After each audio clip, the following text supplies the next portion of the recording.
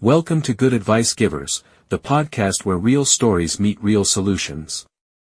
Whether you're leveling up in life, navigating your hustle, or simply looking for wisdom that works, you're in the right place.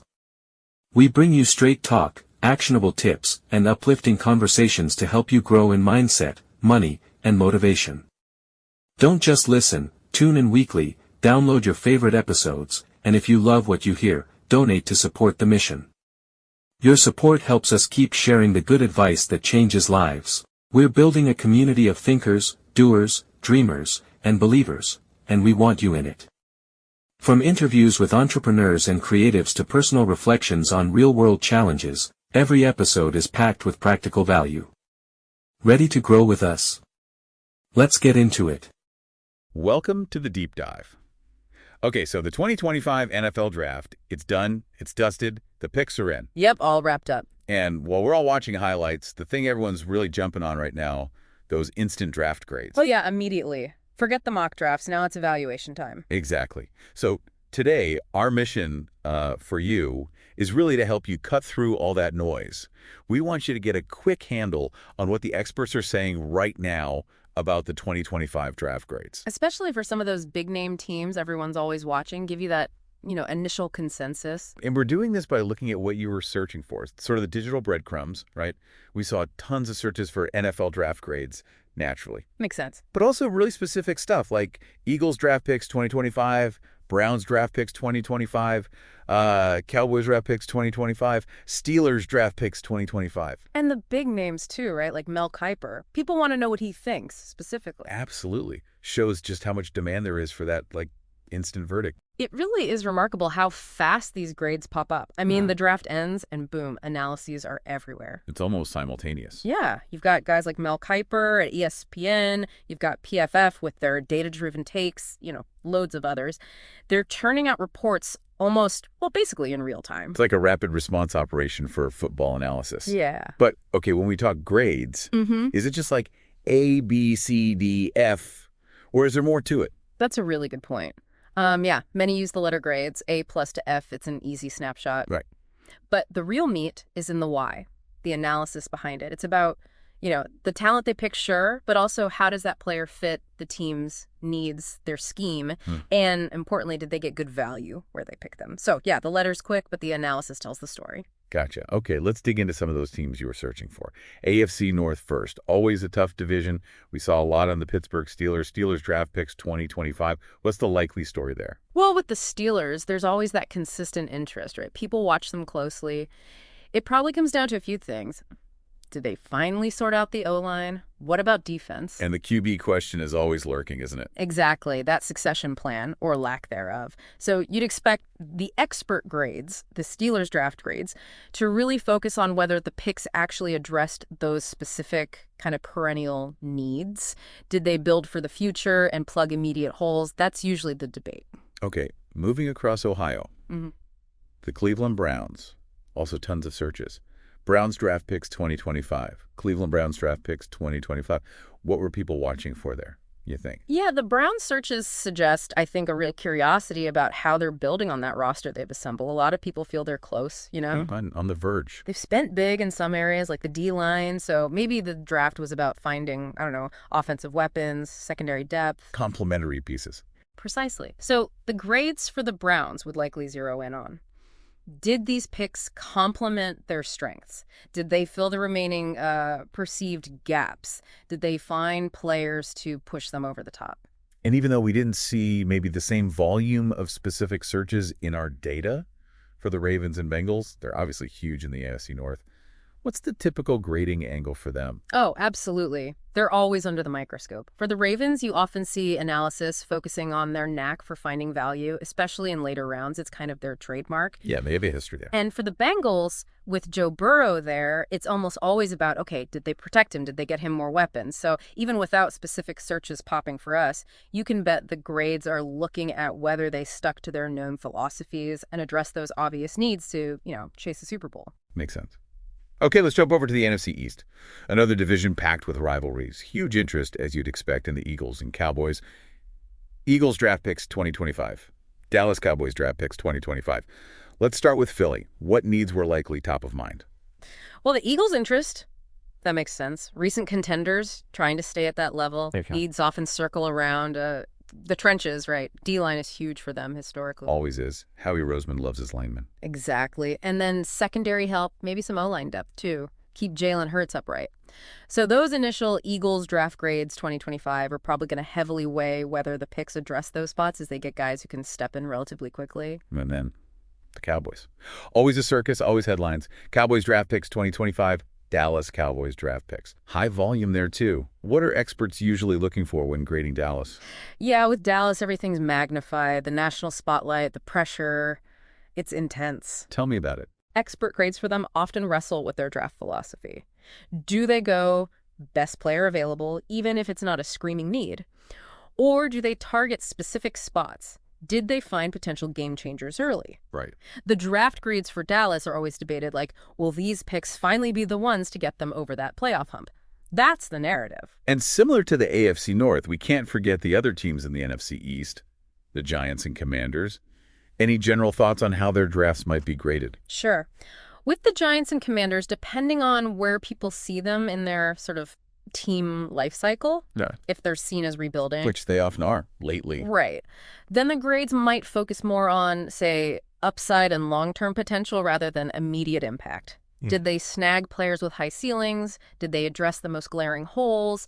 Is there a clear strategy visible in the picks? It's maybe a slightly different lens than for Philly or Dallas right now. Okay, let's pull back a bit. Look at the bigger picture. That search for #1 draft pick, always massive. What's the deal with the pressure around that single selection? Oh, the #1 pick. It's just immense pressure, isn't it? On the player, on the team, it's framed as potentially franchise-altering. Definitely. So experts dissect that pick more than any other.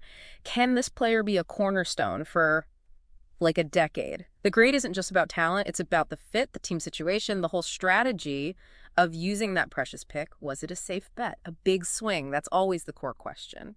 And we keep seeing searches about QBs pop up year after year. Bears QB, Jets QB 2025, even just what NFL teams need a QB. How much does landing or not landing a QB swing the overall draft grade? Well, given how vital the QB position is, I mean, it's everything in today's NFL. Any team drafting a QB, especially early, gets intense scrutiny. Makes sense. Whether it's Chicago building around someone new or the Jets trying again for that long-term guy or just general curiosity, these QB picks can totally dominate a team's grade. Analysts look at the prospect, sure, but also the situation. Does he have weapons? Good coaching? Is he set up to succeed? That massively influences the grade. And the analysts themselves. We mentioned Mel Kiper. Yeah. Searches for SPN NFL Draft, PF Mock Draft, NFL Mock Draft in general.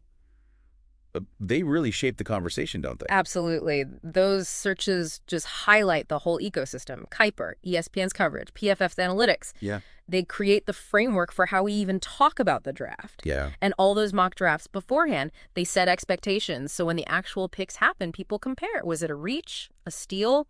That comparison, driven by the experts, feeds directly into the immediate grades people see. It's not just who got picked either. Mm-hmm. People seem really invested in the event itself. We saw searches like, what time is the NFL draft? How many rounds in NFL draft day 2, day 3? Yeah, that shows real fan engagement, doesn't it? People aren't just waiting for the results. They want to follow along. They understand the structure, the multi-day drama. They're invested in the process. Right, wanting to be part of it. And finally, the really basic stuff, like where to watch NFL draft. Still popular.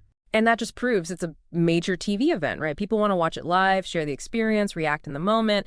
That fuels all the instant analysis and the grade discussions we're talking about. So, wrapping this up, these initial NFL draft grades, they're basically a snapshot, right? An immediate pulse check from experts and fans. Exactly. Driven by needs, potential, perceived value, all that immediate reaction stuff. But, and this is the key thing, it's just the start of the story. Absolutely. The real grade, the true evaluation, that takes years. It unfolds on the field as these players actually, play football. Totally. It makes you think, how different will these grades look in, say, 2028 or 2029? Right. Will the A+ grades hold up? Will some C grades turn to steals? And whose grading philosophy, which experts approach, actually proves more accurate over time? It's fascinating to think about the challenge of grading potential versus actual NFL performance. Which leaves a really interesting question for you, the listener, to chew on. What are the real limits of trying to grade something so unpredictable? Predicting future success based on college tape and combine numbers. How much can we really know the moment after the pick is made? Yeah, a complex puzzle indeed, and one we won't know the full answer to for quite a while. Welcome to the Deep Dive. Today, we're trying to cut through some of the noise around the 2025 NFL Draft. Yeah, there's already so much chatter online, it's kind of amazing. It really is. The Right? anticipation builds so early. So what we're doing here is taking a look at what people are actually searching for, trying to, surface the main questions and interests. Exactly. We've got this great collection of recent search queries all about the 2025 draft. It's like a direct line into what fans and maybe even some analysts are trying to figure out right now. Okay, so the mission is basically to see what everyone's focused on regarding this huge event, even this far out. Precisely. What information are people actively seeking? Let's break it down. All right, so what's jumping out first?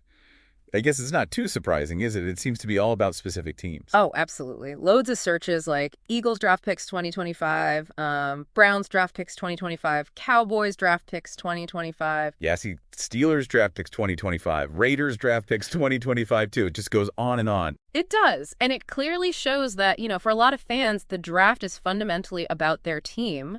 How's my team getting better? Right. How are they building for the future? That makes total sense. It's the main way teams bring in new talent. Yep. It shows that personal investment fans have, wanting to track how their own franchise is planning to improve. Okay. Beyond just the teams, what else are people zeroing in on?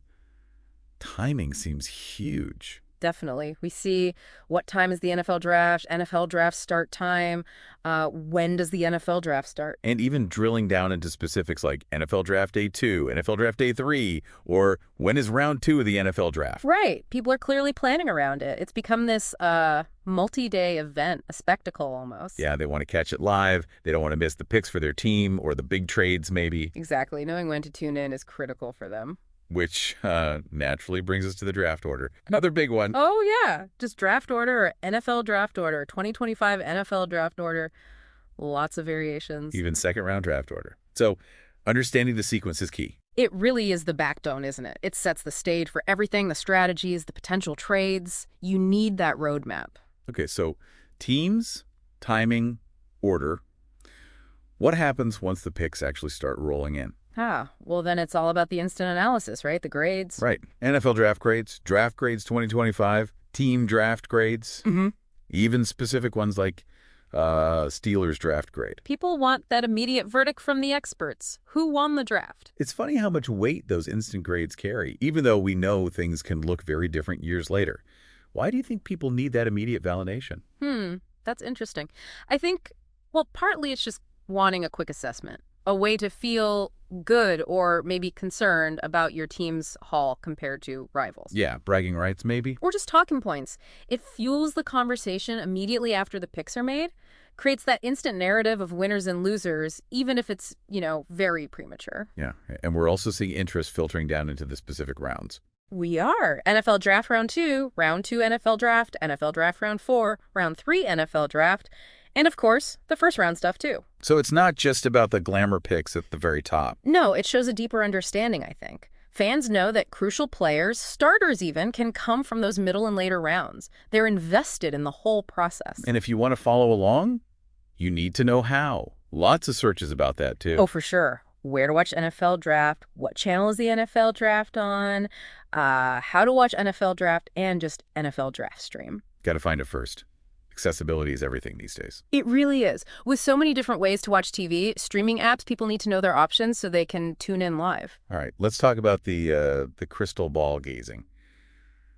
Mock drafts. Yeah, so many mock drafts. The volume is incredible. NFL mock draft, 2025 NFL mock draft, then the specific analysts, Mel Kiper mock draft, Peter Schrager mock draft, Daniel Jeremiah mock draft. And even player-focused ones like Shedder Sanders mock draft. It's fascinating. It really speaks to fans wanting to, play GM themselves, doesn't it? To see the possibilities. Totally. It's pre-draft entertainment, speculation, thinking about fits, about needs.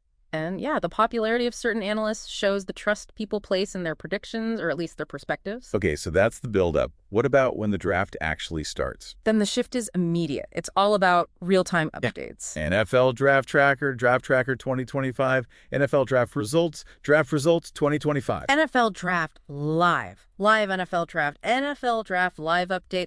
Anything to get that instant confirmation of who was picked. People want to follow along pick by pick as it happens. Absolutely. It's a live, dynamic event, and they want to be connected to that flow of information. Now, you mentioned Shedder Sanders. We're seeing searches for other individual players too, right? Not just in mocks. Definitely. Direct searches like Travis Hunter Draft, Dylan Gabriel Draft, Cam Ward NFL Draft. And even things looking at potential, like Shedder Sanders draft projection or Jalen Milroe draft projection. Or digging into athletic testing, even if it's early days. Jackson Dart 40 time, Treveron Henderson 40 time, or general interest Luther Burden NFL Draft, Nick Nash NFL Draft. Best Rayar in 2025 draft, Treveron Henderson stats. It's like fans are doing their own scouting reports. It shows a really deep level of engagement, going beyond just the team logo to understand the actual prospects entering the league, their skills, their potential fit. And the whole thing is treated like, well, like a holiday on the NFL calendar almost. Yeah, the constant use of Draft Day really emphasizes that. Draft Day 2025, Draft Day 2, Draft Day 3. Plus all those start time searches we mentioned, it's marked on the calendar. It's not just business, it's an event, a tradition for fans. We also see some more fundamental questions popping up. Right, like how many rounds in NFL Draft, or how many picks are in the NFL Draft, even how many picks in the first round. It's a good reminder that the audience isn't uniform. Some people are newer to it or just need a refresher on the basics. Exactly. It caters to a wide range of knowledge levels, from the hardcore follower to someone just tuning in. And interestingly, some people are looking backwards too. 2024 NFL Draft. Yes. 2021 NFL Draft. Yeah, maybe for context. Comparing classes, seeing how previous strategies worked out or how certain players developed. Evaluating past decisions. Right. It adds a layer of historical perspective to the current draft. Now, we touched on team needs implicitly with the team pick searches, but some searches make it explicit, don't they? Oh, definitely. While interest in Eagles draft picks implies you're thinking about what the Eagles need. Yeah, you also see things like Jets QB 2025, Bears QB, what NFL teams need a QB, Steelers QB 2025, Browns quarterback 2025. Exactly. That quarterback focus is always there. It highlights how critical that position is and the constant speculation around which teams are looking for one. And finally, one more piece of the puzzle. Trades. Ah, yes, the wheeling and dealing. Searches like Eagles trade, Patriots draft trade, Eagles Broncos trade, or just the general term draft trades. It adds that whole layer of unpredictability. Teams moving up, moving down. It's a huge part of the draft's drama and strategy. Fans are definitely tracking the potential for those big moves. We'll be back after a quick break. Hey there. Welcome to Good Advice Giver. First, we want to start by saying a massive thank you for tuning in today. Whether you're a long-time listener or you're joining us for the first time, we're truly grateful to have you here. We know you've got a lot of options when it comes to podcasts, so the fact that you're spending your time with us means the world. So thank you. That's right. We're excited to have you with us because here on Good Advice Giver, we cover just about everything. Whether you're interested in sports, relationships, sex, money, finances, business, digital marketing, music, education, movies, comedy, or something else entirely, we've got it all. No topic is off limits here, and we dive deep into real, meaningful conversations that matter. We've also got a mix of male and female hosts, so you're always getting a well-rounded perspective on every topic we cover, from business strategies to personal development, from car shopping to digital products like affiliate marketing. We bring a little bit of everything to the table. Our goal is to offer advice, insights, and some laughs along the way to make sure you feel welcome and engaged, no matter what brought you here. And it doesn't stop there. We're not just about giving great advice, we're about action. On this podcast, we even sell products and services we believe in, from affiliate marketing opportunities to cars and more. So whether you're looking to boost your business or find practical ways to improve your everyday life, you're in the right place. As always, we want you to stay connected with us. Be sure to download this episode so you can listen anytime, anywhere, whether you're commuting, working out, or just relaxing. And while you're at it, follow us on social media. We're on Instagram, Facebook, Twitter, you name it. That's the best way to stay in the loop for upcoming episodes, behind-the-scenes content, and even giveaways. And don't forget to subscribe to our YouTube channel. We're posting extra content there, including video podcasts and deep dive discussions you won't want to miss. Be sure to like, comment, and subscribe, and let us know what topics you want to hear more about. Lastly, check out the link below in the description for exclusive offers, resources, and more ways to connect with us. We're here for you, and we can't wait to bring you more valuable content. Thanks again for tuning in to Good Advice Giver. Let's get started. So, okay. When you step back and look at all these different kinds of searches together, what's the big picture? What does it tell you about the audience for the draft? Well, the overwhelming picture for me is just how deeply invested and knowledgeable this audience is on the whole. These aren't just casual glances. Right. People are actively seeking information across the entire draft spectrum, from the big picture stuff like timing and order. Down to the really specific details like individual player 40 times or team grades. Exactly. And you see that cycle, the anticipation with mock drafts, then the real-time tracking, and finally the evaluation with grades. It's a continuous loop. Yeah, for me, the main takeaway is just how active this audience is. It's not passive viewing at all. There's a real hunger for immediate info, for expert takes, and for understanding what their team is doing. Agreed. It's that mix of wanting instant updates, but also wanting, deeper analysis. It shows a pretty sophisticated engagement with the whole process and what it means for the league's future. So here's maybe a final thought to leave people with. What is it about the draft, an event that's all about the future, not immediate game action, that generates this much intense interest year after year? What does it really represent for you, the fans, and the league itself, beyond just picking players? Is it purely about hope? Is it the strategy, the chess match? Or maybe something else entirely that keeps us all so hooked? That's a great question, something to chew on. Definitely something to think about until our next deep dive. Okay. The draft dust has finally settled. It has, and the takes are flying. Oh, yeah. You've probably seen, 100 different opinions online already. Now comes the tricky part, right? Figuring out what it all actually means. Exactly. Welcome to the deep dive. This time, we're zoning in on those immediate reactions to the 2025 NFL draft. We're talking about the initial expert evaluations, the draft grades. Right. We're going to try and give you a bit of a shortcut through all that noise. Yeah, cut through the clutter, understand the early buzz, who the smart analysts think did well, and maybe more importantly, where they're already disagreeing. Locking horns a bit. Definitely. Because as soon as that final pick, Mr. Irrelevant, was announced, it was like the floodgates just opened. Instant. Every analyst, every data platform like PFF, team insiders, they all rushed to get their verdict out there. So our job here is to sort of navigate that flood for you. Precisely. Yeah. We've looked at that first wave, people like Mel Kiper, obviously the PFF grades, reporters close to the teams. Getting that inside scoop sometimes. Yeah, and we want to highlight not just the A, B, C grades themselves, but the why behind them.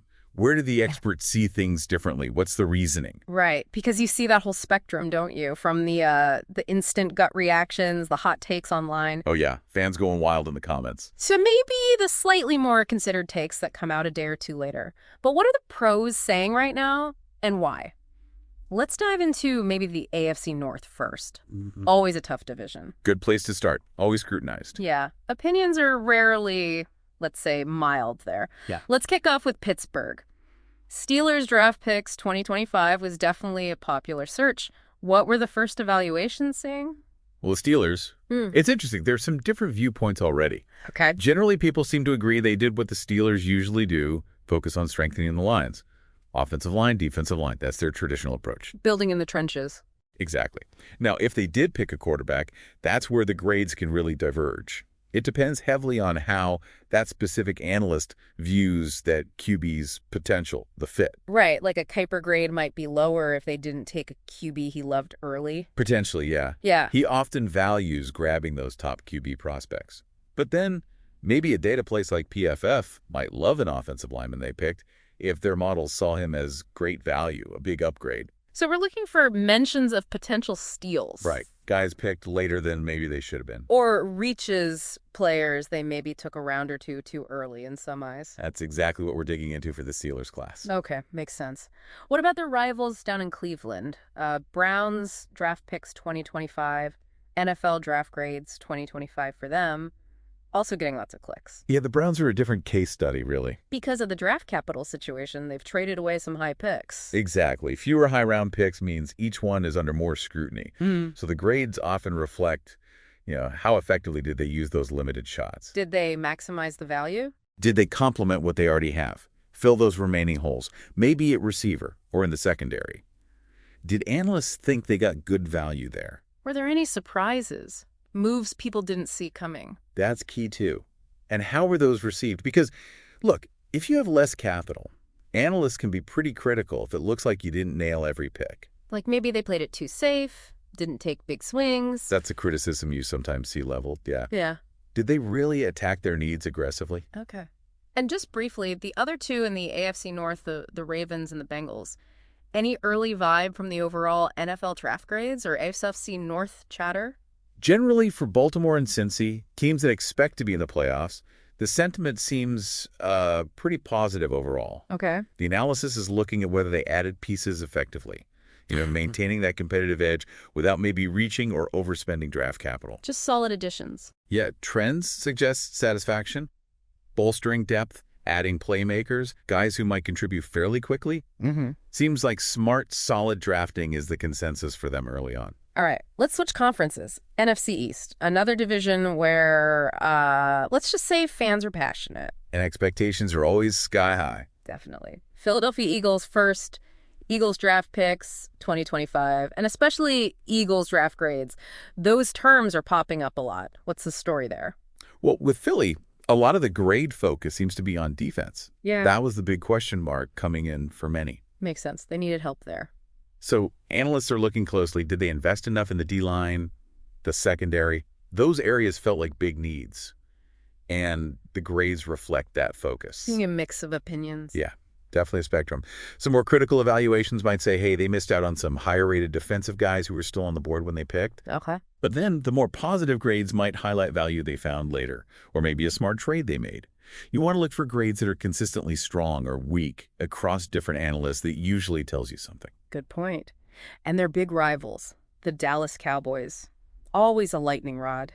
Searches for Cowboys draft picks 2025, Dallas Cowboys draft picks, and just general draft grades for them. It's always huge. Oh, yeah. The Cowboys draft generates clicks, that's for sure. And debate. So what are the early evaluations saying? How did the experts feel Jerry and company did? It seems like a bit of a mixed bag, honestly. Which isn't that unusual for Dallas, right? No. Pretty standard. Some analysts are definitely praising the moves to fix that offensive line. That was a worry last year, seeing those picks as, solid foundational moves. But others are maybe a bit skeptical about defensive picks or questioning the value they got at certain spots. Did they reach? Always the question with Dallas picks sometimes. They can be polarizing. Very. You might see a secondary pick that one analyst loved, sees upside, playmaking, while another just thinks, whoa, that was way too early based on my board. That kind of thing. Okay. And rounding out the NFC East, the New York Giants. Based on NFL draft grades and searches like Giants draft picks 2025, what's the initial buzz there? For the Giants, I'd say the feeling leans towards maybe cautious optimism. Okay. A lot of focus is on, did they address the key needs? They're still building. So the quarterback situation, obviously, receiver help, their O-line picks. Do the grades reflect a coherent strategy? That's what analysts are looking for. Does it look like there's a long-term plan in how they're building this roster? Do the talent levels match the draft slots? That's shaping the early grades. Gotcha. So let's zoom out a bit from the teams. What broader themes or lingering questions are popping up from these first takes?